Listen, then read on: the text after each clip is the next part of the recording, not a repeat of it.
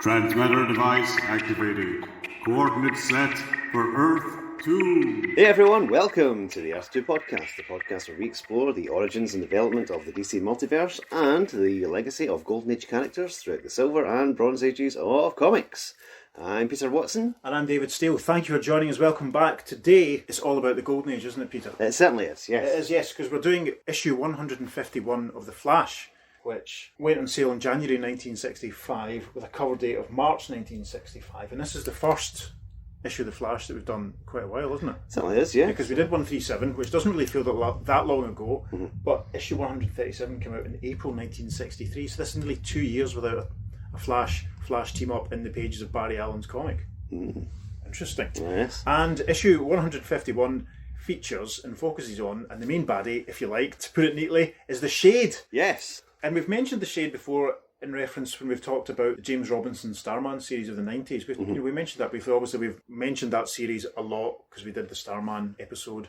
And we've obviously talked about Starman reappearing recently in Crisis on Earth 3. The Shade is one of probably the lead supporting character in the James Robinson series. Yeah, definitely say so. And it's very interesting because in our research for this issue, we've kind of found out that the Shade only made one appearance in the Golden Age. Which is bizarre.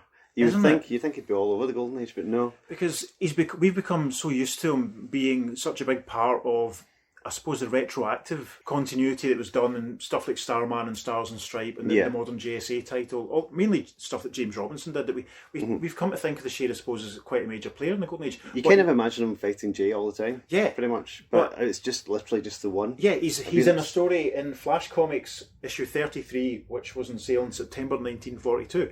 And he did appear, obviously, in Flash 123. He was one of the baddies in that was giving Barry and Jay a hard time in Flash 2 Worlds. I'm kind of stunned because I had it in my head that he was a member of the Injustice Society and he was in many issues of All-Star Comics, but he wasn't. Not at that stage, no. But what I find fascinating as well is in the Golden Age, there weren't that many supervillains. That was kind of like a later introduction that they did. You said that before. It was mostly, criminals, ordinary criminals they're up against. It's more the fun of how they catch these criminals that told the story. So this was an attempt to bring in more threatening bad guys. Yeah. So. And one thing we'll talk about, and apologies to anyone that hasn't read the James Robinson Starman series, hopefully you will have because it's terrific, and if you haven't, please seek it out. You'll probably find the back issues fairly cheaply now, and it's been collected a few times. And we'll probably talk about the differences between the Shade, as we kind of have him in our head because we're used to him from the 90s and noughties stories versus what he's actually like in this. He's a bit more arch in this. Yeah, the nature of his powers is very different. But, we'll talk about that, obviously. We don't want to give too much of it away immediately. So, shall we crack on? Yes, but I'm still flabbergasted at the fact that it's been so long, nearly 2 years. Yeah. So, in the meantime, since Flash 137, which also, if you remember, listeners, was the episode that had the story Vengeance of the Immortal Villain. Yes. One that had the first full sort of in-story appearance of the Justice Society. Absolutely. Not in a flashback. Since then, we've had the first JLA JSA team up proper. The second one, we've been to numerous parallel Earths with Superman and Batman and Lois Lane.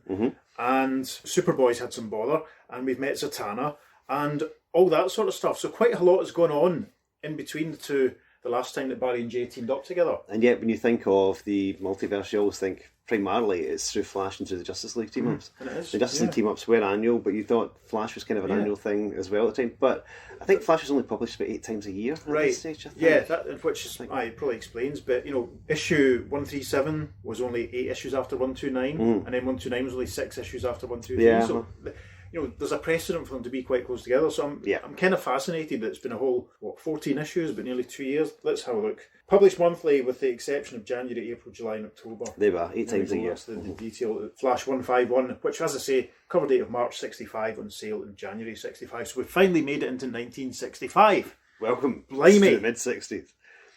The cover is really nice, actually. It's beauty. Quite appropriate for the Shade. It's a lovely grey background cover. With the Shade, with a kind of ebony force field around him. That's fair. Which is great. You've got Jay, who's also trapped within an ebony force field. Restrained in a chair, and the Shade is standing in a big pile of cash and jewels. It's terrific. And Barry Flash is trying to punch the Shade, and he's thinking, not even my super speed can penetrate the dark barrier that's protecting the Shade and imprisoning my fellow Flash. Blimey. A new double Flash thriller, Invader from the Dark Dimension. So, we kick off with The blackness came first, an eerie hue of solid jet which swallowed up everything valuable around it. After the blackness came the creatures of the dark dimension, invulnerable even to that master of all swiftness, the Flash. Only the Duke of Darkness, the Shade, could command their obedience. With the Scarlet Speedster helpless and the Shade triumphant, neither Earth 1 nor Earth 2 had any defense against Invader from the Dark Dimension. I love this opening splash because we have a nice big Flash logo, and there's a little insert box with Jay tipping his hat and waving. That puts me in mind of a phrase in a panel in the Golden Age, the James Robinson miniseries from the 90s. Oh, right, okay. Which I think has something like a phrase along the lines of Jay tipping his hat and waving. Fair enough. It's lovely. And the image in the opening splash is basically, well, what's the Flash thinking to himself here, Peter? If a concentrated dose of lightning doesn't stop this alien beast from the dark zone, nothing will. And there's like a big black... It's surrounded by the sort of force field that we described on the cover. It's like the silhouette of a bear. It's huge, it's enormous, and Barry's running along it, zapping it with a big lightning bolt which he's got in his hands. It's quite exciting. Certainly I wonder is. where the big scary bear silhouette thing came from. I wonder. So, into the story. Barry and Iris have been engaged for 2 years, Blimey. but they still haven't got an engagement ring. So they are out, They're out shopping. Shopping. And they eventually find one. and they're in the jewellers, and Moments later, beaming eyes examine the unusual jewel in its unusual setting. And Iris is holding the ring up, and Barry looks quite sceptical. It's quite funny, and Iris is delighted. And she says, "I must try it on. Oh, Barry, I'm so thrilled." Barry says, me too. I was beginning to think you'd never own an engagement ring, honey. Let's see how it looks. As Iris puts down the ring to pull off her glove, she does not notice a black spot materialize on the display counter. and that's what we see. The spot grows and grows swiftly and silently, encompassing the ring, so that when Iris reaches for it... And it looks almost like someone spilled some ink on the counter, Yeah. and the ring's kind of trapped in it. And Iris is trying to pick it up, and she says, "Oh, Barry, it's caught. Something has hold of it." With a scream of mingled fear and anger, the girl sees the dark blotch enlarge until... "Oh my goodness, it's swallowed up my ring. Barry, get it out." I'm trying to, but this black stuff is hard as steel. And the black blob has increased in size, spreading out, and Barry's got a hold of it, and he's trying to hold the ring, but nothing's happening. Larger grows the incredible darkness until... And then the man in the jeweller's shop says, This is the most fantastic thing I've ever seen. I better get help. and he runs off, and Iris kind of starts to follow him, and she says, "I'll go with the Clark, Barry. You stay put. Keep tabs on it." And by this point, the black glob that was on the table has now grown up. It's taller than Barry, it's broader than Barry, and it looks as though Barry's trying to hold it back. Very interesting. As Iris and the Clark run to sound the alarm, Barry uses the super speed of his hands to try and crack the strange substance. We can see Barry's hands blooding at high speed, and he thinks to himself, Nobody can see what I'm doing, so it's safe to... Oh, I can't even dent it. fantastic. Larger grows the eerie barrier until it fills half the store. And we see Barry and Iris and the jewellery store clerk and a couple of people out on the street, and the big black mass has consumed the building. And Iris says, "Barry, what a story for the picture news." And Barry thinks, Huh, how about that? After hunting 2 years for a ring, after finding it, then losing it, her main concern is for the scoop she's getting for her newspaper. I guess I'll never understand women. fantastic, priorities. Police sirens wail as prowl cars pull up to the site of the occurrence.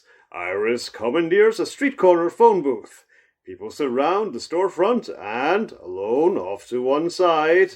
Barry's popped round the corner, and he thinks to himself, Here's my chance to switch to the Flash. With all this commotion, nobody'll notice me. a thought's occurring to me here. Mm-hmm. The caption there, police sirens wail as prowl cars pull up to the site of the occurrence. Yes. I've genuinely never heard that term before. Do Neither have I. you think that's where the transformer that turned into a police car got his name from? Could well be. Could well be. I'm more struck by the fact that Barry's about to change costume while someone else is in a phone booth. Yeah, well, it's Iris. That's what I mean. It's usually Of course. the other way around. Yeah, that's the cliche, isn't it? Yes. That's what Superhero does, yeah. Both So- Barry, Allen, bow ties are cool. We should also say at this point, Carmine's artwork, it's a little looser still. Remember we did that Elongated Man story? Yes, Return and Search? Mm-hmm. We commented then when we were doing that Ralph Dibny story that his art style was quite loose. And I'm noticing it here as well. It might be he's got more issues, things to do. I mean, there's still the detail Oh, yeah. in the background with the cityscape. You're still getting that nice sort of central cityscape going on. But the figures and stuff do seem a little a little bit looser. So this is the charting the decline of Carmine Infantino's artwork. Not decline, the change.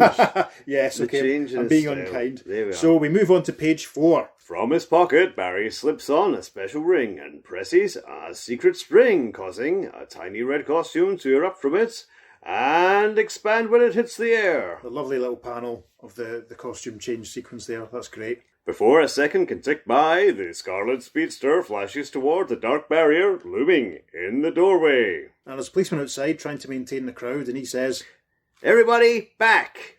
And Iris thinks to herself, I should have the ending for the story in a minute. The Flash just showed up. And sure enough, Barry Flash is coming into view in the background of the panel, and in the foreground of the panel we can see the big black mass that's consumed the shop.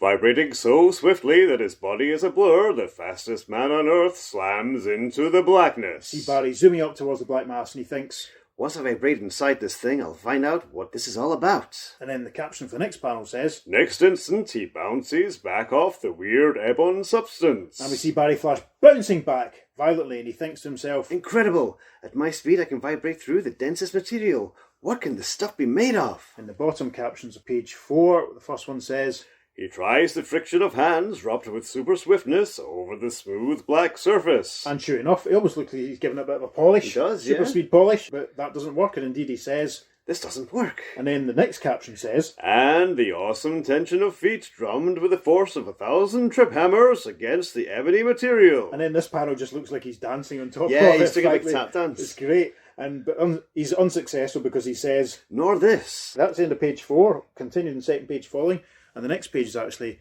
a lovely full-page advert for the G.I. Joe action figure.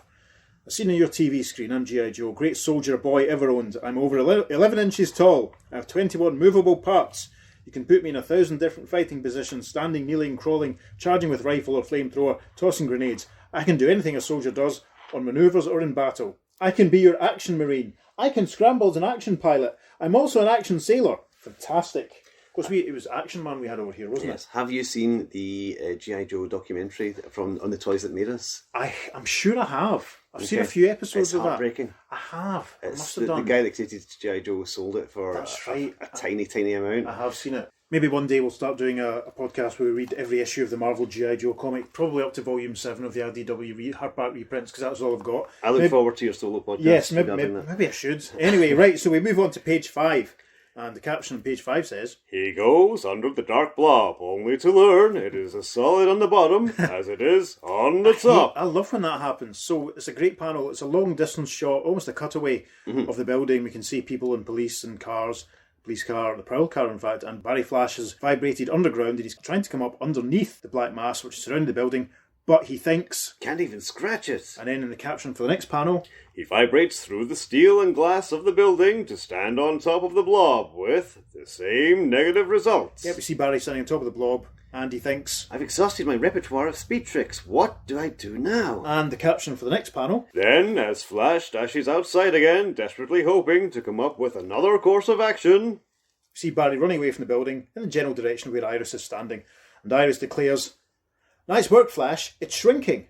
Soon as it disappears, I'll get my ring and your exclusive story. What a day this has been. in the doorway of the store, a sob of despair rises from her throat as Iris sees. And we can see Iris and a couple of the policemen running into the jewellery shop. Barry Flash is running in the opposite direction. Iris exclaims, Oh, the black blob is gone, but so are all the jewels in the store, including my engagement ring. Barry thinks, Nothing more the Flash can do here, and since Iris will be expecting to see Barry right about now, I'd better change back to my other self. Out of sight of the curious eyes, Flash doffs his uniform and presses another part of his ring, which draws the rapidly shrinking uniform back inside it with a small but powerful suction device. I'm a bit surprised that the Flash didn't go over to investigate Iris, noticing that, Well, but I suppose he's probably thinking the police are there and yeah, and obviously he should be there as he should be Barry. there. So. So we see the costume shrinking back down into Barry's ring. Moments later, And Iris says, Oh, there you are, Barry. Well, the ring's gone. Even the Flash couldn't get it back. So I heard. How about a drive round town? Might get your mind off all this. And in the next panel, we see them zooming along in Iris's yellow motor.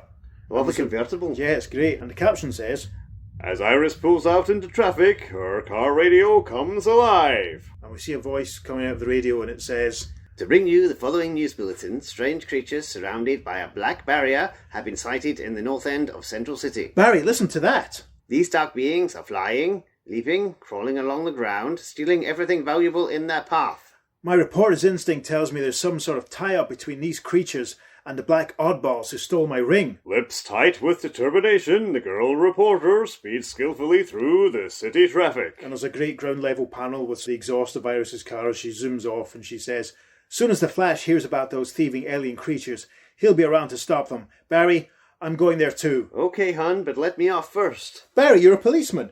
It seems to me you'd want to help. I do want to help, but I'm a laboratory analyst, not a field investigator. My job is to analyse information other policemen bring to me. I'll go directly to the lab and help from there. Cracking panel, that. Bottom of page 6. It's like Paul Newman and Audrey Hepburn. I was thinking it's like something out of Heart to Heart. Yeah, There we are. it's exactly. It's lovely. So yes, apologies, Carmine. So we move on to page 7, which shows the Flash zooming off and round Iris's car. The caption says, Scarcely does Iris drop her fiancé at a nearby sidewalk than... and as he zooms past, the Flash thinks, I changed into my Flash outfit even before Iris pulled away from the curb. Now, when she arrives in the north end of town, she'll find Flash already at work, trying to succeed where he failed before. Move on to the next panel of page 7, and basically it kind of looks like the big black scary silhouette of an anteater, doesn't it? Yes, Yeah, looming outside the... Who's had his ready break? He's got a kind of force field around him. Yeah, he has the same sort of silhouette force field thing outside a bank, and the caption says, Some distance ahead of the Scarlet Speedster, a massive something is trudging into the North Side Bank. and there's a couple of punters on the steps up to the bank, and one's a lady and one's a man, and the lady says, What is it? And the man says, Where'd it come from? and then the caption for the next panel, Where it passes, all money disappears. Police bullets bounce off the black shell around it. we're now inside the bank, and there's a couple of policemen shooting at the big outer space anteater as the Flash zooms in, and one of the policemen says, Okay, Flash, take over. and the other policeman says, We're getting nowhere against that nightmare. and then the caption for the bottom panel on page 7, The monarch of motion spins like a super dervish, hurling a torrent of vibrations at the uncanny presence. and that's, I suppose, what we're seeing. Yeah. The big anteater has its snout pointing towards where Barry's standing, and looks like he's just sort of spinning, and that must be what he's doing. Barry Flash thinks to himself, I've set up shockwaves equal to those created by a small atom bomb. Only they don't seem to bother it. wow. That's a bit reckless, I think, about Yeah, it. I mean, there could be all sorts of collateral damage. So we move on to page 8, and the caption at the top says, Moments afterward, completely untouched by the awesome speed blast which the Flash flings at it, the creature emerges from the bank. and we see the Flash out on the pavement, running away from the bank, and the big outer space anteater silhouette bursting through the door shattering around it. And Barry Flash thinks, I couldn't stop the thing from robbing, but maybe I can prevent its getaway. and in the next panel we see him digging down into the ground, and the caption says, Working with such amazing swiftness that no one can see him, he digs a mighty pit before the bank steps. it's a really nice panel actually, the kind of detail. Carmine does good spontaneous hole digging, doesn't he? Yes. Yeah, so Barry Flash, as he's flinging the dirt up around him, thinks, That thing is too big to jump over this hole. It'll fall into it. the caption for the next panel, Next moment, the alien topples over the rim and slides down inside the excavation. and we see the anteater silhouette falling into the hole as Barry Flash runs out, thinking to himself, And it's too heavy to crawl out. I've caught it.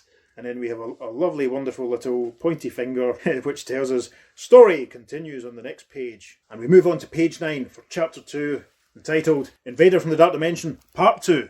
And it's another sort of splash page. We see the silhouette of, it's like a bird with a big long snout, and the Flash is regarding it, and the caption says, The beating of dark wings overhead alerts the Scarlet Speedster to the fact that his work has only begun.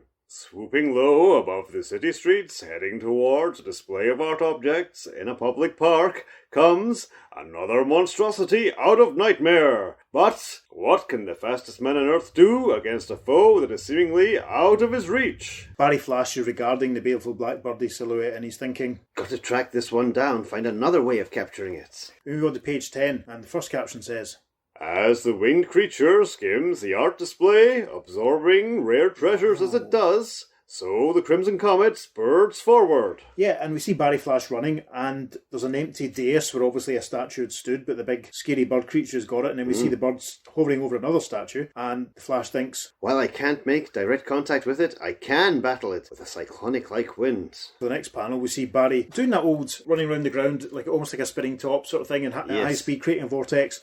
Iris is driving up, and the caption for this panel says, To one side, an overjoyed Iris West hops up and down to encourage the man she is counting on to get her engagement ring back. And Iris is shouting from her convertible, Go to it, Flash! Polish them off, Flash style! Around and around goes the fastest man on Earth, setting up a titanic whirlwind that grips the alien creature and spins it. This is a great panel showing Barry at work. It's a nice proper Flash panel it's doing Flash type things. Yeah, he's created a sort of whirlwind vortex. He's got the Blackbird thing trapped in it, and Barry Flash is thinking, things are going my way at last. It won't be stealing any more statues while it stays put. We move on to the bottom panel of page 10, and the caption says, There is no time for further self-congratulation, for at this moment the Flash sees another threat looming up. And looming in from the right of the panel, it's the silhouette of the big black bear that was in the splash panel. Yes. And Iris cries, Oh, this one looks tougher than the other two combined. And the Flash says, I have my work cut out for me with that monstrous thing. So we move on to page 11, but opposite page 11, we have a full-page advertisement for the 80-page Giant issue 8, which is Secret Origins. Ooh. That's a beauty. Have you ever owned a copy of that? Not that one, no. I don't think I have ever. I'm sure I've got the reprint from the noughties, but anyway.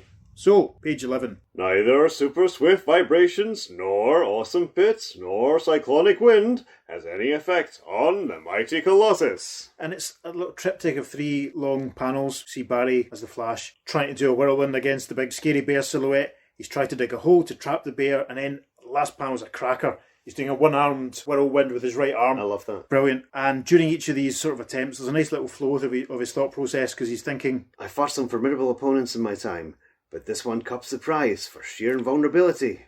I think we should put that little sequence on the socials. Yeah, it's good. I like it. It's cool. Mm-hmm. Right, so, next caption says, Suddenly, the Scarlet Speedster cuts off his super speed stunts, and we see Iris standing inside the convertible, and she's shouting over at Flash, saying, Flash, what are you gaping at? There's nothing up there to help you. And Barry is thinking, I wonder, that dark cloud on the horizon and the bolt of lightning may be the weapon I need to stop that Colossus. Speeding past the outskirts of town, he windmills his arms to blow the dark cloud before him. And there's a lovely big comic book style dark cloud with lightning flashing, Shazam style lightning bolts flashing down from it, off in the distance.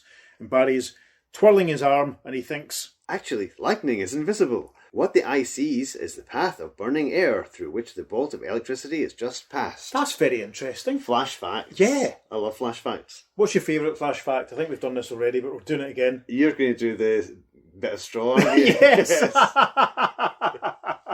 Yeah, the bit of straw that's been buried in a tree trunk because it was getting blown so quickly. I think that's amazing. I've never seen it in all my days, though. We don't really live in, we don't live in the American Midwest. In typhoon zones or, I suppose. Whirlwind areas.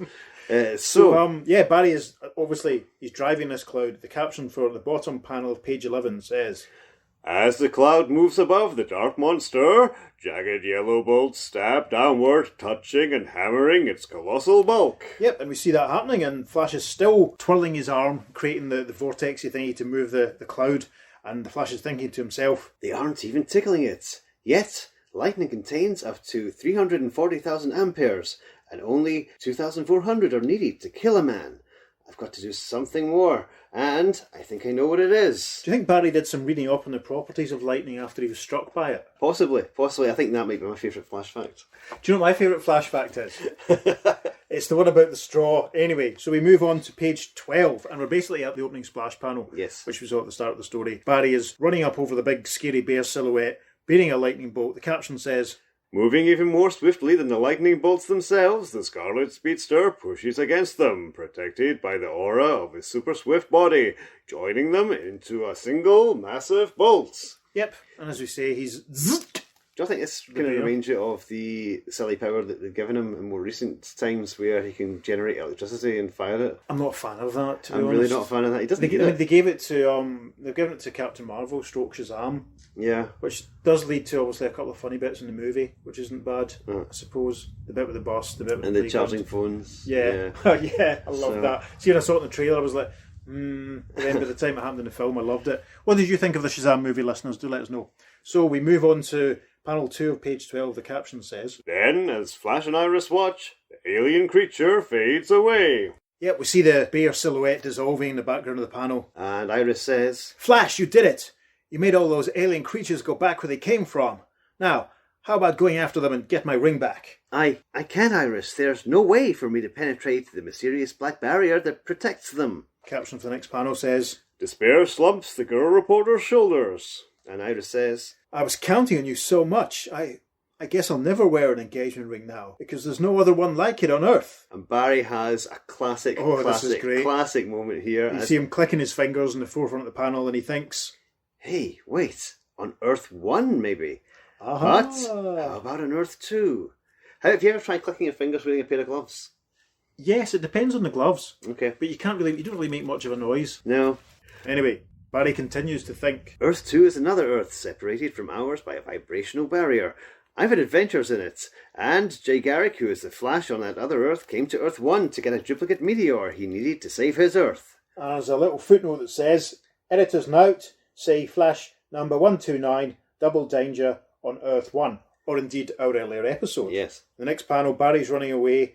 It's horrible, actually. Barry Flash is running away as Iris stands in the background looking dejected, leaning against the motor, and Flash is thinking, there are doubles of practically everything on these two Earths, so there's a good chance there's a duplicate of Iris's lost ring on Earth 2, but I can't go there at this critical moment when I'm in the middle of a case tracking down these ebony aliens. Moving on to page 13, and the caption very helpfully says, As Barry Allen, he returns to his police laboratory where... And Barry thinks, I noticed that whenever I came close to those alien creatures, my body started vibrating in an odd manner. By analysing those vibrations, I may come up with some clue as to their origin. We see Barry at work under an overhead lamp. The caption says, He busies himself with an electronic vibration detector. And Barry thinks, just as fingerprints leave their telltale marks, so do vibrations. I'll record these, still lingering on my body, on a punched card. That's fascinating. He kind of pulled it out of his hat in as much as there was no mention of it earlier. Yeah, point. And it's also worth saying we're more than halfway point of the story now, and there's no sign of Jay Garrick. No, or the Shade. Yeah, interesting.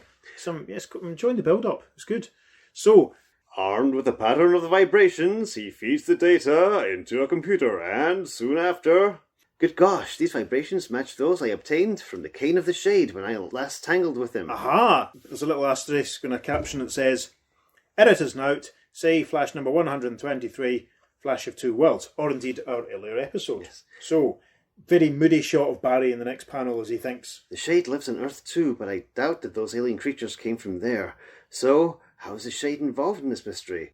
My starting point for clearing up this mystery is to vibrate myself into Earth 2. Pause for repetition for saying mystery twice, Barry. I'm not happy with that. So we move on to... We'll pause just for a second because he's talking about the Shade. He says the Shade lives on Earth 2, but he doubts these creatures came from there. They're shadow creatures. Yes.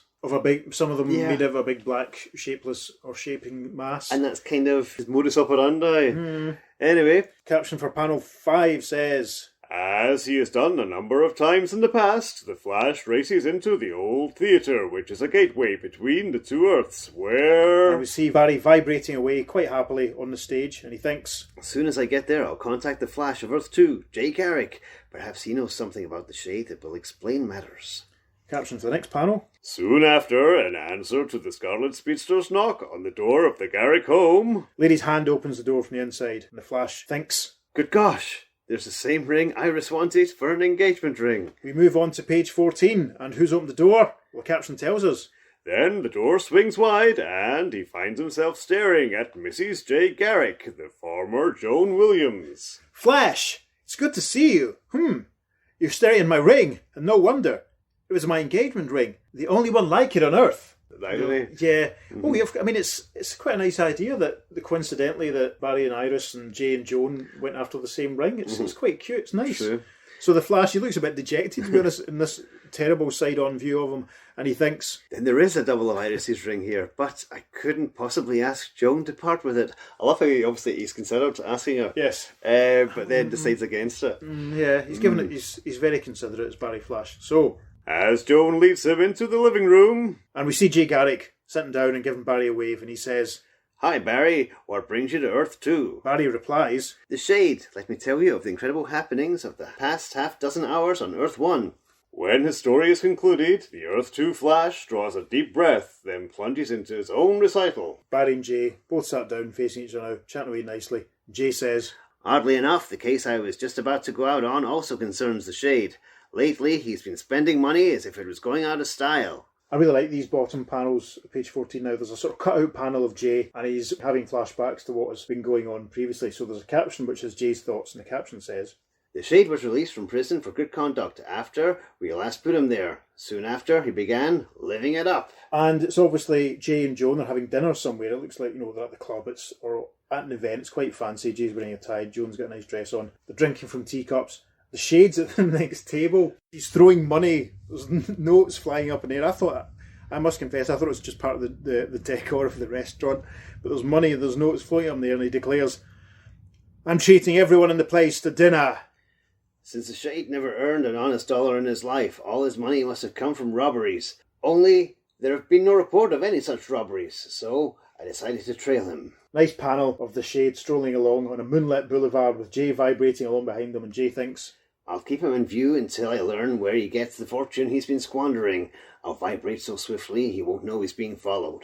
Move to the top of page 15, the caption says as Jay continues, Sure enough, I caught him visiting an art dealer, a fence who turned stolen goods into cash, with a rare Cellini vase. We see Jay busting into the dealer's shop. There's all sorts. There's a candle thing, some books on the counter. There's some more books on the counter. Various sort of things just lying around. It looks like the sort of place that Jack Knight might go to buy some stock. Absolutely, perhaps. yes. So Jay busts in and he cries, Hold it! That's a Cellini cup. There's only one like it, and it belongs to a foreign museum. And Shade responds, On the contrary, Flash, it belongs to me. A quick check brought the astonishing news that two such masterpieces must exist for... And there's a close-up of the Cellini cup, presumably on the counter of the shop, I Yes. think. Yeah, and Jay says, The museum still has its cup, yet that one's a perfect duplicate of it. I don't understand it. And And the Shade says, let's just say I'm too clever for you, Flash. and then we're back in Jay Garrick's house, and Jay continues. Now, of course, I understand everything. The Shade has been robbing on Earth 1. And Barry Flash says, And he must have been robbing for quite a while, perhaps secretly at first. Now he's come right out into the open. I'm convinced he's behind the mysterious dark creatures that have appeared on my Earth. Within moments, the Flashes of two worlds race out of Keystone City. there's a lovely panel of the two Flashes running side by side with the city silhouetted behind them. Yes. And Jay declares, We'll pay the Shade a visit and confront him with the truth. Barry says, But since the Shade is so tricky, I'm going to remain invisible. That way, I'll have a counter move for any trick he tries to spring on you. is there a precedent for Barry's Flash being able to turn himself invisible? He has vibrated into invisibility before, yeah. Right, okay. Yeah. And obviously Jay just did it in his recollection. He'll vibrate so swiftly won't know he's being followed. Well, he doesn't say invisible. Okay, right. I do like this panel because it does remind me about a Flash of Two Worlds with the two Flashes running towards you, either side by side. Yeah. Anyway, So the caption for the next panel says, as Jay busts in on the Shade, Soon afterward, Jay Flash races into the house of the Duke of Darkness. and Shade says, The Flash, so good of you to visit me. Come in by all means. You won't sweet talk your way out of this, Shade. You've been robbing on Earth 1. By Erebus, I'm surprised you didn't tumble to it sooner, Flash. Yes, you're perfectly right. I made a fortune, a dozen fortunes on Earth 1. Thanks to you. Thanks to me? Have a chair, Flash, and I'll tell you all about it. Top of page 16 now, and there's a sequence of panels, very similar to Jay's little flashback. We have a sequence of Shade heads and hands gesticulating as he's talking about what's going on. And Shade is saying to Jay, Yes, Flash, it was you who showed me how to vibrate from Earth 2 into Earth 1. You see, I've admired you for some time, and was watching when you carved a pathway between worlds. And we see in a flashback the Shade hiding behind a bush, watching Jay vibrate. Yeah, And he's thinking, he's vibrating in an odd manner. What's he up to? we move on to the next flashback. I caught those vibrations with my cane, but I duplicated them by pressing down the plunger that activates my walking stick. And we see the Shade leaning over, surrounded by darkness. I'm in a strange zone of utter darkness. Fortunately, however, the special contact lenses I wear enable me to see perfectly. And he continues. From that dark dimension, I could look into both Earth 1 and Earth 2. And we see the Shade enclosed in a box of darkness, looking either side at two identical streets. It's almost like this dark place that he's in is like a limbo between the two worlds. It's very interesting, isn't it? Yeah, another way to travel between Earths. And he's thinking, 2 Earths. Simply fantastic. Why, I could rob in one and enjoy my ill-gotten gains in the other, and no one would be the wiser. And he continues telling Jay, with the powers over the Dark Zone and its alien inhabitants, which my cane gave me, I was soon robbing on Earth 1, where and when I willed. And we see the Shade leaning over in his dark dimension, but he's surrounded by lots of money on the floor. Huge, flipping great wadges of cash. Yes, and he's thinking, I can extend the impenetrable darkness of the Dark Zone so it will admit only objects of value through it and to me, thanks to my marvellous cane. As the Shade concludes his narrative, Jay sat in the chair that the Shade offered him. Jay says, now you've admitted your guilt, I'll take you to Earth 1 for punishment. Oh, come now, Flash. You underestimate me. Do you really think that I've told you all that if there was the slightest chance of you stopping me? to his horror, the Earth 2 Flash discovered that he cannot rise from the chair. And it's almost like, you know, the sort of lamp that the dentist pulls over to, you know, Yes. to illuminate his way as he's peering into your gob. It's like there's one of those now above Jay, and there's a little beam coming down from it. Jay's kind of, can't get out of the chair, and he says, What have you done to me? And the Shade responds, all the while I've been talking to you, invisible black light has been beaming down on you, the cumulative effect of which is to bar you from ever leaving it. What a triumph over my arch foe! Ha ha ha! At the Shade's mocking laughter, the Earth 1 Flash leaps forward. There's a shot of Jay in the chair, the Shade facing him, and Barry Flash zooming in from the right. Barry Flash thinking, am I ever glad I had the foresight to remain invisible, now to turn the Shade's triumph into defeat and free my fellow Flash. But even as his fist slams against the Shade, Barry cries, Oh, I've become visible! And we see the Shade surrounded by the kind of force field energy that the shadow monsters we saw earlier on were surrounded by. And he exclaims, by Erebus, it's my other vaunted foe, the Earth 1 Flash. You see, I remember you, and I'm way ahead of you, I might add. I surrounded myself with an unseen black aura, in case the Flash of my world tried any invisibility tricks on me. Made you appear as soon as you touched me. I never figured I'd catch you this way, though. However, now that you're here, go ahead, he says to Barry Flash. Try to capture me. Don't let me just stand here. Then we got a great close-up of the Shade, and he continues, No, wait. I have a better idea. And in the next panel, bottom page 17, the Shade is suddenly standing on his flipping great wadges of cash. Yes. Barry looks appalled. The Shade, still surrounded by a little aura, says, I'll stand on top of my accumulated wealth to make it more inviting for you. All you have to do is overcome me and recover the loot of my many Earth 1 robberies. Well, come on. Give it the old super speed try. And Flash is thinking, I know he's tempting me, but one thing's sure, I won't capture him just by staring at him, so here goes. We move on to page 18 and we're on the cover. Yes. Basically, The caption says, barreling in like a human bullet, the Scarlet Speedster hurls himself at his mocking enemy. as Barry fires forward, he thinks, Just as I anticipated, I can't penetrate the dark barrier that protects him, but there must be a way. And Shade says, nothing can harm me in the zone of darkness, Flash. Absolutely nothing. Then, before his eyes, the Duke of Darkness begins to disappear. This is a great panel. It's almost incredible? like... Yeah. It's almost like... It's like it's become the mist. Yes, and there's a painting in the wall, and this is sheer fluke, obviously, that kind of looks like a painting of the Neil Gaiman, Sam Keith, Dave McKean era Morpheus Sandman. So it does. Great, isn't it? Wow. It's very interesting, because I always talk about issue 176 of the Flash Volume 1 anticipated Barry Allen's Ultimate Fate, so we'll maybe talk about that. And anyway, so the Shade is fading out. It kind of looks like smoke that's fading out. It's a gorgeous panel, it really is. And as he's fading out, the Shade says, Had I known you were coming here, I'd have arranged to capture you too, but since you can never capture me in the zone of darkness, it really makes no difference. Caption of the final panel on page 18 says, only a taunting voice reveals where the Shade once stood. and the voices come out of nowhere. Just as it was impossible for you to harm me, so it is impossible for you to enter my dark dimension or capture me. I am now free to go on robbing in Earth 1, as I have been doing. Farewell! And Barry Flash thinks, despite all his boasts, I'll find a way to beat him and free my fellow Flash. move on to page 19. Invader from the Dark Dimension, Part 3. The Earth 1 Flash breaks speed barrier after speed barrier in a desperate attempt to free the Flash of Earth 2. Always he is balked by the band of invisible black light that holds his friend in thrall. It's another full-page panel, and Barry's trying to get Jay out of the chair, and Barry says, I'll find a way yet to free you, Jay. Jay's surrounded by the same Black Order that we've already had elsewhere, and Jay says, Your best bet is to return to Earth 1 and somehow, in some way, capture the Shade and take his cane away from him. It's the cane that controls the black light that holds me prisoner. Wowza. Move on to page 20. The inking round the figures doesn't look like Carmine at all, does it? There's a touch of the Toths to it. It's very different. It's remarkable. Anyway, I'm maybe overstating it. It's very nice anyway. So, Barry Flash says, You're right, I hate to run out on you like this, but the sooner I get after the Shade, the sooner you'll be free. And Jay says, Good hunting and good luck, Barry. And we have a nice little side caption which says, Even as the Scarlet Speedster vibrates into his own world, 4 terrible menaces are stirring to life on Earth 1, under the command of the Shade and his ebon cane. So this next panel, we have a full figure of the Shade, and then there's sort of 4 little vignettes, shall we say, happening around him. So we'll go clockwise from the top. This very much reminds me of what Todd McFarlane did when he went on Infinity Incorporated. Right. He'd quite often have like a character posed prominently large that isn't actually taking part in the action and the thing, and then lots of scenes happening around him. Interesting. It's really good. Stay tuned for that when we go into it. Yes. In 2030. So yes, going from clockwise from the top left of the panel, the caption says, Where the ground shudders and splits apart under a battering from the dark dimension, an eerie man of anthracite coal rises out of a fissure in the ground. and that's what we see, a rough man-shaped...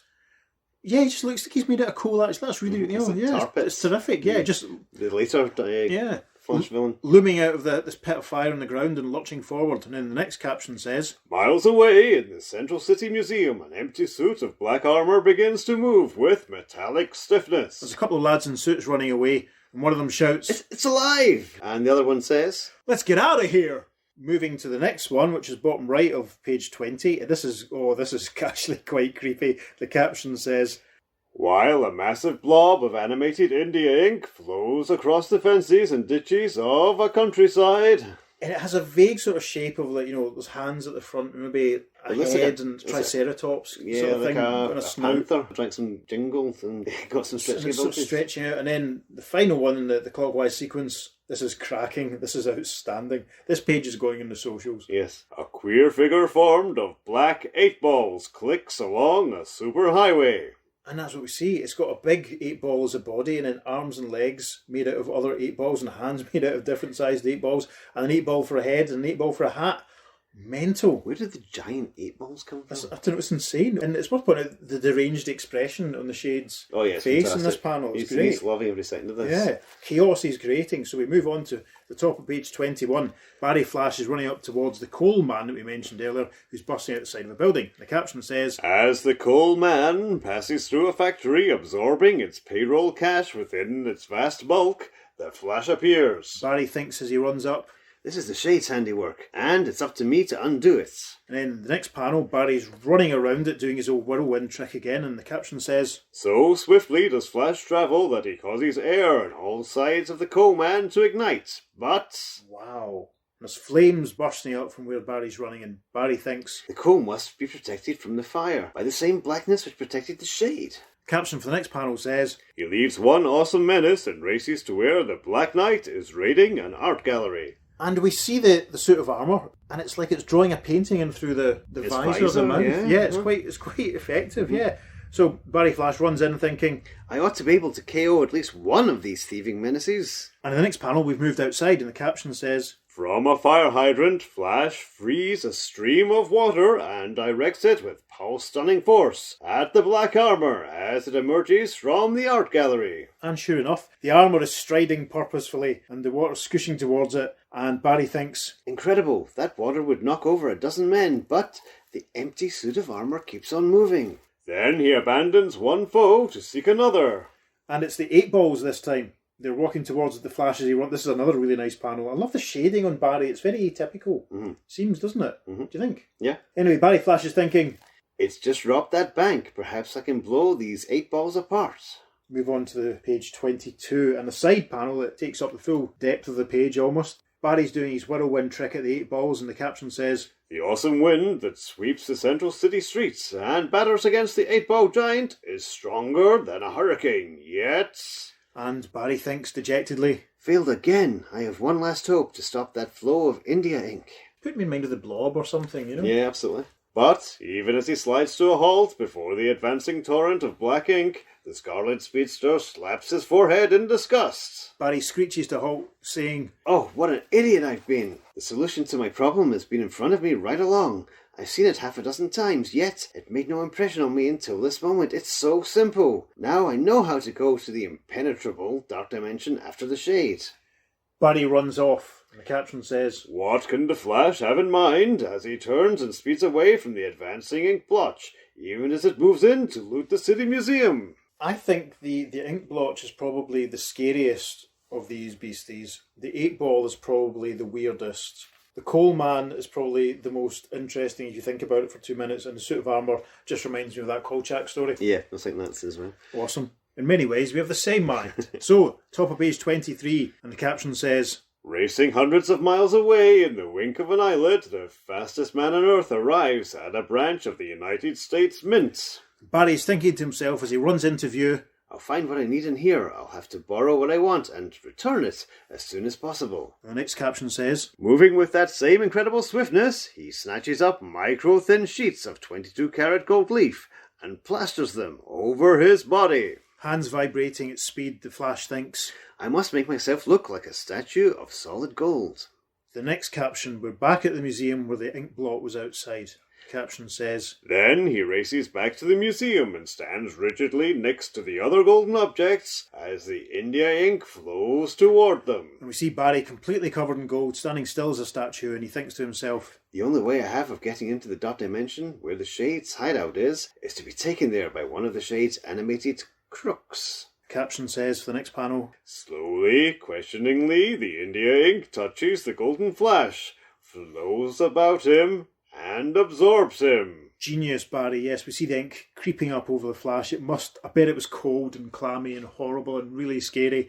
And the Flash thinks to himself, The Shade has obviously instructed the ink to only take valuable objects, so I fool it into thinking a prized piece of loot. Can I just ask, have you seen many gold statues in museums? no, now you mention it. Yeah, it's I not, haven't, it's not actually. really something you come across that No. often. But it seems That's to be a very valid point. Yeah. Central City Museum, considering it's got all Casually. these rogues flying about. Yeah, you know. we're just going to have, that's the gold, the gold statue room, sir. Room 33, Yes, there we just are. second on the right. Interesting. Anyway. So, bottom panel of page 23, Barry's inside the dark dimension. Indeed, the caption says, Moments later, inside the dark dimension, and the shade looking very like Russell Brand if he was playing the child catcher from Chitty Chitty Bang Bang in this panel. He's looming over his piles of cash. And Barry, still covered in gold, is creeping up behind him, and he thinks, There he is, thinking himself completely safe in this place. The Shade won't have any of his protection about him. we move on to page 24. Instantly, the Sultan of Speed vibrates so swiftly, he sends a rain of gold leaves over his Earth 2 foe. The gold leaves are all flying off Barry towards the Shade. And the Shade says, Oh no, the Flash! How did you... Whoa! and Barry thinks, now to grab his cane away from him. As the Flash's fist slams into the golden cheek of the Duke of Darkness, his other hand snatches away the cane. And we see that the Shade is now completely covered in gold. Barry strikes him. Barry thinks, There, now I have the cane and can vibrate us both out of this place with all his stolen loot. But as the Scarlet Speedster is about to press the plunger and activate the wondrous walking stick, the Shade is lying on his pile of cash, and Barry's standing over him, and the Shade says, Flash, no, don't do it. If you press down the plunger, neither of us will ever be able to leave this place. there is the ring of truth in the Shade's almost hysterical voice. Here, give it back to me and I'll set you free. You just don't realise what terrible forces of darkness you're tampering with. Barry's thinking, if the Shade can work the cane, why can't I? Surely the cane doesn't know who's using it. What gives the Shade his power over it? The next caption reads, For a long moment, the Scarlet Speedster stands immobile. Then, with a grin, he bends forward and with his hands blurring in super speed, he strips off the Shade's gloves. Right enough, there's still gold, as probably worth saying at this point. And Barry says, Of course, it has to be your gloves. They must be treated in some manner that protects you from the awesome powers contained in your walking stick. What? Yeah. That's nonsense. Anyway, the next panel, it's Next. worked. Caption says, Next moment, Flash presses the cane plunger and frees the Shade and himself, together with the Shade's loot from the Dark Dimension. And they're free from the Dark Dimension, and they're standing in a pavement, and there's a huge pile of cash, and the Shade's still covered in gold. Barry's holding the cane, and he says triumphantly, Your next stop, Shade, is police headquarters. Move on to page 25, final page of the story. Simultaneously, the life force that was in the Coal Man, the black armour, the 8 balls, and the ink dies out. And we see lumps of coal lying in the grass, it looks like. We see the 8 balls ranged in a pavement, the suit of armour is fallen to pieces, and the ink is sort of dissolving, almost like it's been absorbed into the ground. The caption for the next panel. After leaving his prisoner with the police of Earth 1, Flash races into Earth 2, where... And we see Barry rescuing Jay. Barry says, I'm going to leave his cane with you, Jay, with the Shade in an Earth 1 jail, and his cane in Earth 2 will be safe for some time to come. And Jay says, I never doubted for a moment you'd succeed, Flash. And our final caption. One thing remains to be done. Flash returns Iris's stolen engagement ring to her, so that later, when he visits her as Barry Allen... And we see Barry and Iris. Iris is delighted, isn't she? She's Yes. showing off the ring, and she says, When we're married, Barry, you just have to ask the Flash to be your best man after all he's done for us. And Barry says, Yes, dear, And he thinks, I'll face that problem when I come to it. The end. Well, What do you think the extradition is like between Earth 1 and Earth 2? Yeah, it's a how thought, isn't how it? do you do this? How does that work? the police must have thought about all that sort of stuff, but now there must be a precedent for it. How did 1, 2, 3 tie up? How did JLE 22 tie up? They went on... They went back to their own Earth, I'm Yeah. sure, and were imprisoned there. I suppose there's probably a whole chapter missing where Barry had to sort of explain to the police who he was and where he was from. I am fascinated by the Shade's gloves protecting him from the cane, and the cane being the source of his power, and the Shade wearing contact lenses so that he can see in the dark. Yeah, it seems quite tech-like, doesn't it? This is Which all stuff so weird. that's, like we said at the start, we're so used to the Shade as we got to know him in the James Robinson, Tony Harris series when Yep, he was the creature of darkness. that's right. It's fascinating. What do you think of the story? Yeah, it's good. Very enjoyable. It's Jay's not in it that much. Yeah. But that is kind of how they set it up. They say kind of like also guest starring. Well, actually, it doesn't even say guest starring. What It does it say? says plus a guest appearance. A guest appearance, not guest Yeah, starring. I think out of the Flash team-ups that we've done, it's the most Barry-centric. Yes, definitely.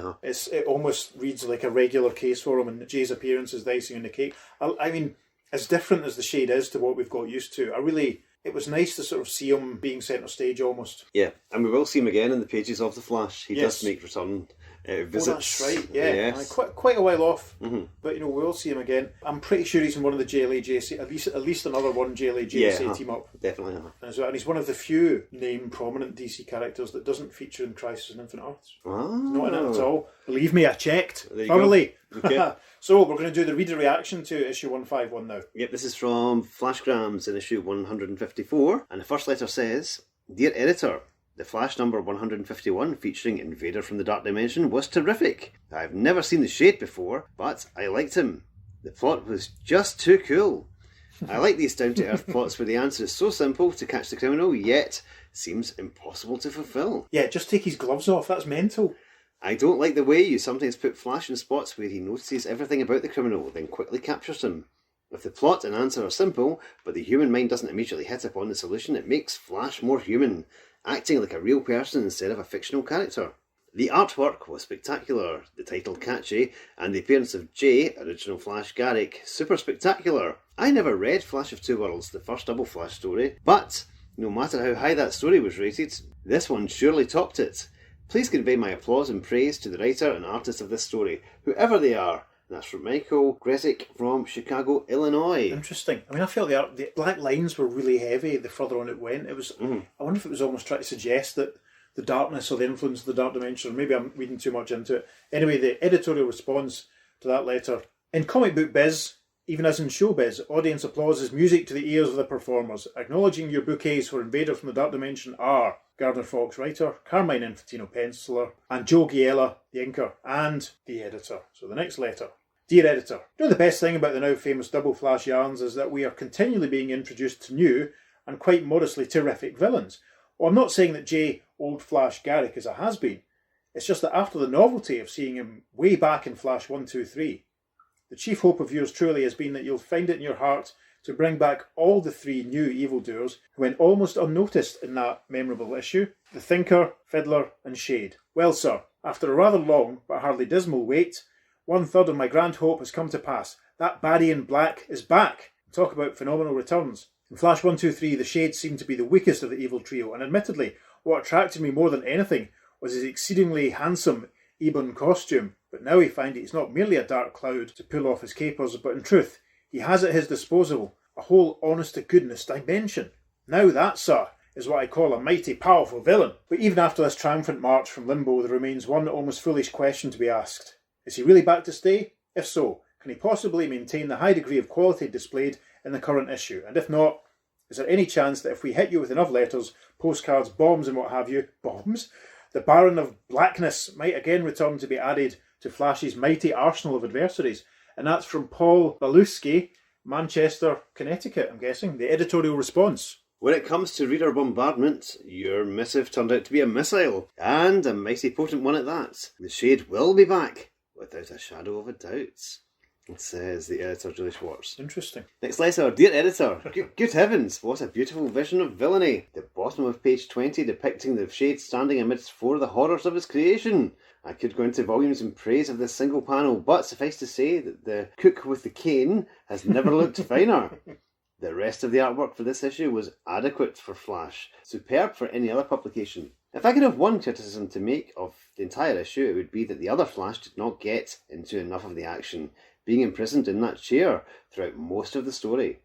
This, however, was entirely made up for by the fast-moving action of our own Earth 1 Flash. He was forced to use his wits rather than mere speed to capture the villain in black, and he used them admirably. That's from Don Markstein from New Orleans. I do like, the letters pages are referring to Earth 1 and Earth 2 Flashes. Yes. Was there a response to that one? There certainly was.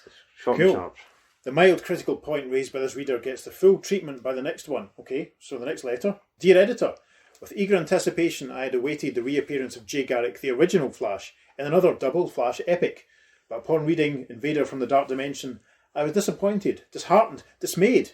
For Invader was at best an average Flash story, in no means even approaching the great double Flash classics of the past. Wow, when there's been 3 of them. Mm-hmm. The major reason for this potentially great story to flop was that the original Flash served as a mere hostage for the major part of the action. It could easily have been replaced by Kid Flash, for whom playing a weak supporting role seems to be a habit. Oh gosh. Blimey. In fact, if the boy speedster had been used instead of Jay Garrick, the story probably would have appealed to me more. Also, notably absent was the old Justice Society of America, which had often jazzed up the double Flash adventures of the past. And that's from David Colton, Mount Vernon, New York. And short response. It may sound like we're passing the buck. Actually, it's only 12 cents. But the jazzy kicks you're looking for can only be found in the current Justice League of America, featuring the original Flash and Justice Society of America, says the editor. Well, we've been reading these letters, I've had another thought. What's that? So the Shade was robbing Earth 1 and then Yes. spending his loot on Earth 2. Yes. Now, are the mints the same? Are the faces and the Yes. bills the same? That's What an excellent is point. maybe Aaron Burr on the $50 note? Is maybe Alexander Hamilton on the 20? I don't know on who Earth any 2? of these people are. But that doesn't matter. They are political figures in. No, that's a really good point. I mean, it's similar. Have we talked? I think we've talked about this before. We might have done, but might it have done. is something I always think about in these parallel stories because there are differences. Yeah, I mean, obviously, because he was sitting with a huge pile of cash. It wasn't like he had gold bullion Yeah. or raw uncut diamonds, which would be easier to sort of. But yeah, Do it's those very serial in- numbers exist if they are the same? Yeah, You know, that's because obviously the whole point of the start was that there were identical engagement rings, which just sort of highlights it. Like, presumably, there's no way the money would be exactly the same. That's He might be trying to spend it and they might say this is forced money, so this is not real. So this isn't legal tender. Yeah. It's perfectly fine where I come from. What if they're, like pink notes in Earth 2 and Yeah. and he's taking all these green notes? So I wonder if you we're never think- know. I wonder if we're thinking about this too hard. No. That's never, fine. never. That was a lot of fun seeing a story of the Shade and generally comparing him to how I think of him. I can imagine sort of James Robinson doing a little polish and maybe treating that as a time's past.